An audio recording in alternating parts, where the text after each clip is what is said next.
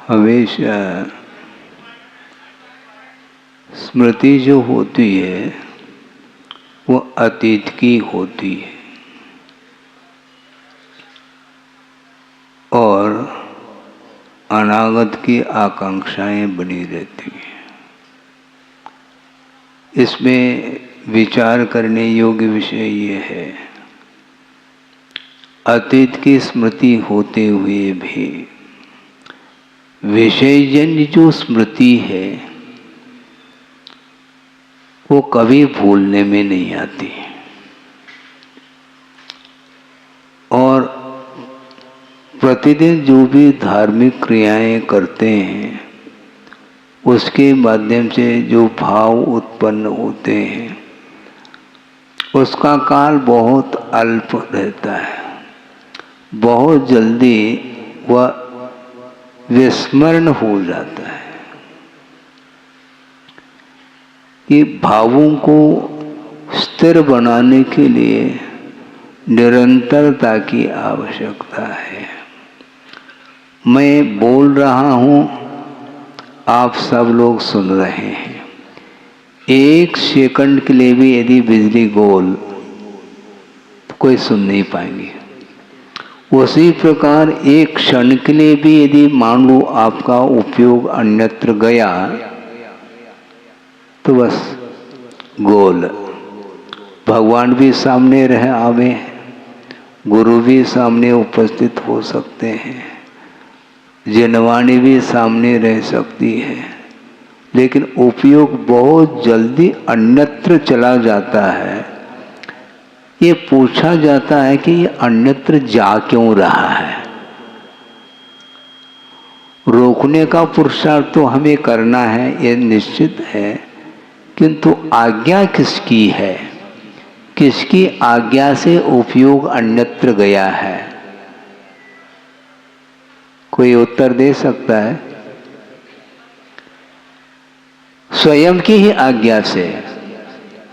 कोई दूसरा आज्ञा देने वाला कोई है ही नहीं।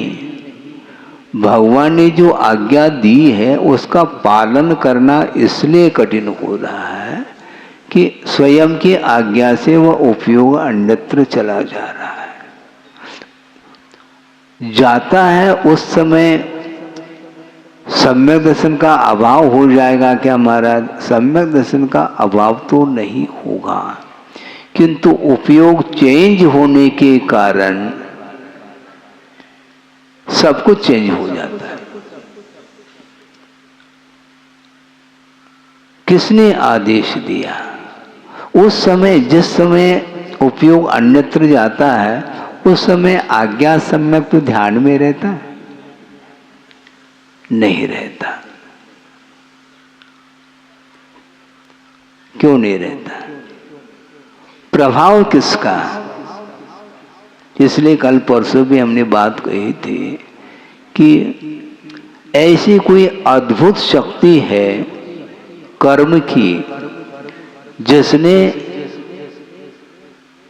केवल ज्ञान को रोक दिया है। काव्य अवुवा दीसदी पुग्गल कम्मान ईरसी सती केवल नान सहाहो विनाशियो जाय जीवस। ऐसी कोई अपूर्व शक्ति है कर्म की जिस शक्ति के कारण केवल ज्ञान नष्ट हुआ है। नष्ट हुआ मतलब प्रकट नहीं हो पा रहा है। तो उसको प्रकट करना है क्या नहीं करना है पहले तय कर लो। माना तय तो कई बार करते हैं, पुनः वापस वह संकल्प ले तो लेता है लेकिन भावों की अपेक्षा से वह पुनः नीचे आ जाता है। ये आप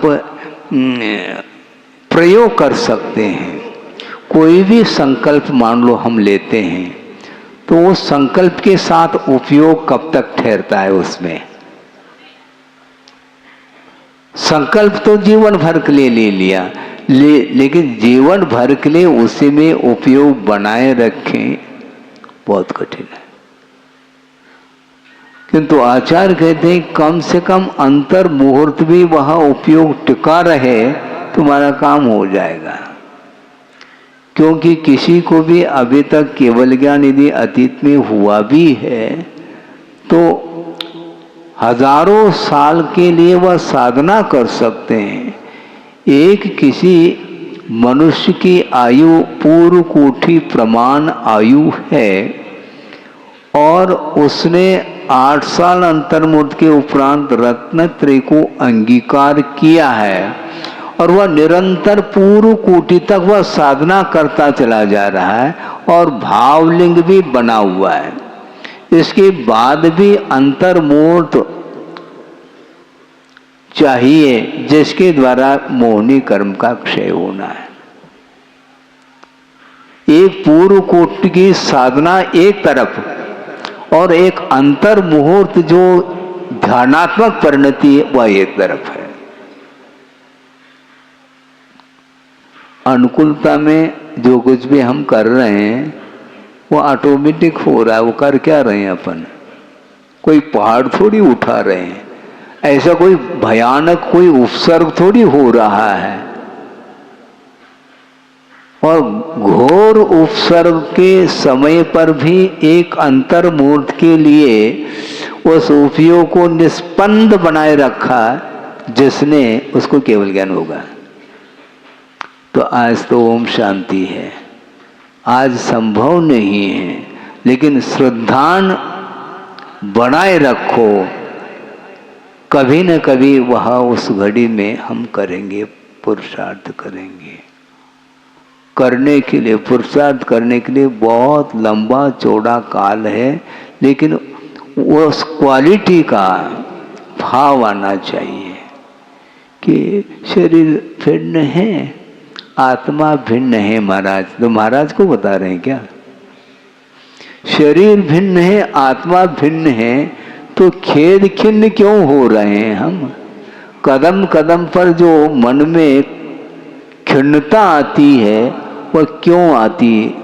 जब सब कुछ भिन्न है आत्म तत्व को छोड़ करके, स्वयं के आत्म तत्व को छोड़ करके जितने भी जीव हैं वह सब पृथक हैं। शरीर तो है ही, किंतु शरीर के साथ संबंध को लेकर के जो जीव रह रहा है वह जीव भी हमसे पृथक हैं। हम थोड़ा सा विषय इस ढंग से देना चाहते हैं। 9:30 तो बज ही गया है, क्योंकि लगभग 2 घंटे आप लोग सब सुनते रहें, क्योंकि बाहर बैठे बैठे सब व्यवस्था थी और सुनते रहें। मैं ये कहना चाहता हूँ, क्या कह रहा था?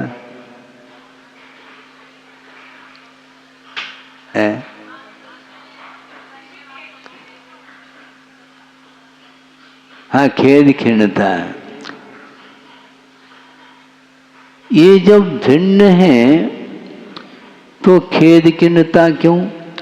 स्वभाव का या स्वरूप का परिज्ञान होने के बाद भी उसका संबंध पर से लगा हुआ है, इसलिए वो भीतर जब तक नहीं आएगा तब तक वह कार्य संपादित नहीं होगा। अपने आप के उपयोग को, जो बाहर उपयोग बार बार जा रहा है, उसको समेट करके अपने भीतर ले आना है उसको। ये कौन करेंगे? कोई दूसरा नहीं, सेल्फ, स्वयं को ही करना है। करके देगा नहीं कोई। आगम में केवल वस्तु का स्वरूप वर्णित है और अनुकरण हमें करना है। हम वर्णन तो कर रहे हैं किंतु अनुकरण नहीं कर पा रहे हैं अभी तक। हाँ, बहुत कठिन है। मैं ये कह रहा था कि केवल अंतर मुहूर्त में ही वो कार्य होना है और उसकी प्रतीक्षा अपन कर रहे हैं। कैसे करेंगे बताओ? सहनन भी है, सब है, इसके बाद भी किसी को 1000 साल क्यों लग गया? कमजोरी होगी, माननी तो पड़ेगी। क्योंकि जब साधक ध्यान में उतरता है तो फिर बाद में बाहर क्यों आता है? किसकी आज्ञा से आ रहा है वो? अंतर्मुख तक टिका। यदि वह ध्यान केवल ज्ञान के योग्य हो तो केवल ज्ञान प्रकट होगा, नहीं है तो बाहर आएगा। बेहतर अंतर्मुख से ज्यादा नहीं, सफोकेशन होता है, बिल्कुल घुटन होती है, घुटन होती है, बर्दाश्त नहीं हो सकता कि 1 सेकंड है, मान लो 1 सेकंड कोई खास बात थोड़ी है। अच्छा, जब श्वास को रोकना होता है उस समय सेकंड का भी महत्व समझ में आता है। 1 मिनट का महत्व क्या है वह पकड़ में आता है, और वैसे घंटों व्यक्ता में व्यतीत हो सकता है, क्योंकि उपयोग अन्यत्र गया है। और श्वास को यदि रोकते हैं प्राणायाम के माध्यम से, उस समय देख लो 1 सेकंड भी यदि ओवर हो जाए तो प्राण निकलने को होते हैं, ये स्थिति आती है। और एक अंतर मुहूर्त तक प्रतिकूलता का भान भी नहीं होता, वह निर्विकल्प अवस्था रहती है। एकमात्र कथन ही भर किया जा रहा है, महसूस नहीं कर सकते। वो कैसे करते होंगे? हम विकल्प में हैं, उन्हें विकल्प है नहीं। वो कर कुछ नहीं रहे हैं, वो स्थिर हैं। जब तक उपयोग अस्थिर रहता है तब तक करने की बात आती है। उपयोग स्थिर बनाओ, स्थिर रखो, इसमें आयाम है। और स्थिर होने के उपरांत कुछ होना नहीं उसमें। आचार्य महाराज ने कहा था, मान लो स्कूटर स्टार्ट करते हैं, उस समय किक मारते हैं, और मान लो गाड़ी स्टार्ट नहीं होती है तब तक किक मारते ही रहते हैं। उसके बाद फिर कुछ करना नहीं, करने योग्य कार्य पूरा कर लिया और बस केवल बैलेंस पर उपयोग स्थिर रहे, गाड़ी चली जाएगी। वो अंतर्मुहूर्त तक ये बहुत कठिन है, बहुत कठिन है, क्या अत्यंत कठिन है, क्योंकि चतुर्थ काल में भी यह दुर्लभ है। चतुर्थ काल मिल जाए महाराज तो हम बाएं हाथ का खेल है, करके तो दिखाओ। कितने बार चतुर्थ काल व्यतीत हुए, अनंत बार हुए हैं, अभी भी हम चतुर्थ काल की प्रतीक्षा कर रहे हैं। सामने से ही चतुर्थ काल पूरा निकल गया है। 42,000 कम 1 कोड़ा कोड़ी सागर प्रमाण चतुर्थ काल। ऐसे चतुर्थ काल अपने सामने सामने ही अनंत व्यतीत हुए, और अभी भी कहता चतुर्थ काल मिल जाए तो हम कर लेते महाराज, अभी तक क्यों हुआ नहीं? काल में कार्य होता, काल के द्वारा नहीं होता। इसलिए अपने भावों को संभालने की आवश्यकता है, ज़्यादा समय न हो। इसलिए आगम के माध्यम से जो ज्ञान प्राप्त हो रहा है, अपनी क्षमता के अनुरूप उस ज्ञान का हमें सदुपयोग करना है।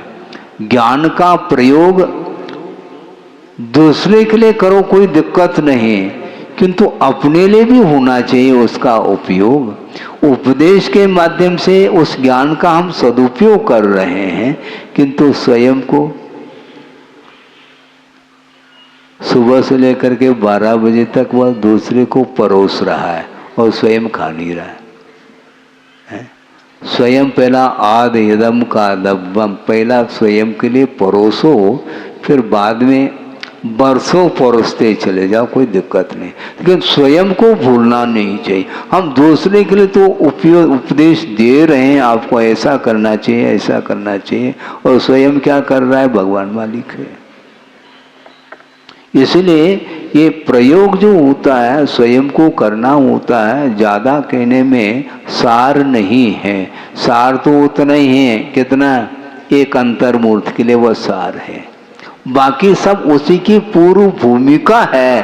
पूर्व भूमिका में पूर्व कोटि व्यतीत किया है, और लास्ट में जाकर के उनको केवल ज्ञान यदि हो जाता है तो पार हो जाता है, नहीं है तो यहीं पर धरती पर बैठे रहेंगे। बहुत काल व्यतीत हुआ है, और यहाँ पर प्रवचन के लिए भी काफ़ी समय हुआ है, 2-2 घंटे जिज्ञासा का समाधान, फिर भी जिज्ञासा शांत नहीं होती, क्योंकि ज्ञान है और ज्ञान का अंत तो है ही नहीं।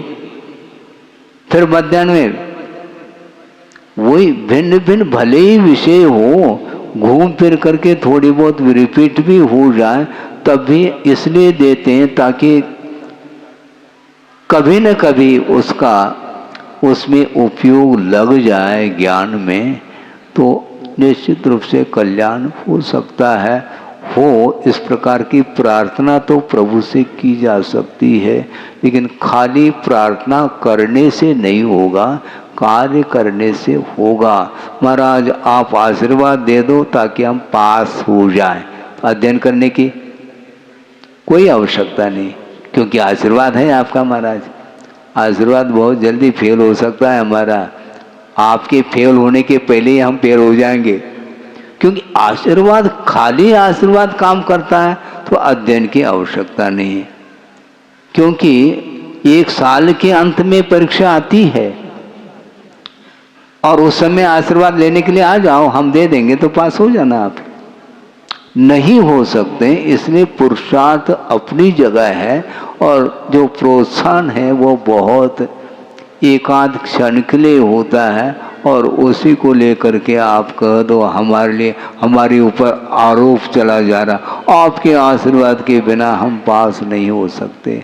ठीक है, अच्छी बात, श्रम आप करो और श्रेय मैं ले लो, ये होता नहीं, लेकिन फिर भी आपकी भावना है, आपकी भावना को कौन रोक सकता है, रोकना भी नहीं चाहिए। इसलिए आप किसी भी प्रकार से आप अपने आप के उपयोग को स्थिर करके अपने लक्ष्य तक पहुंचने का पुरुषार्थ करें, यही इस विषय का सार है। अहिंसा परमो धर्म की जय। बोधि समाधि परिणाम शुद्धि स्वात्मोपलब्धि शिव शोक सिद्धि चिंतामणिम चिंतित वस्तुदाने त्वां मंद मानस्य ममास्तुते। परम पूज्य आचार्य गुरुवर श्री विद्यासागर जी महाराज की जय।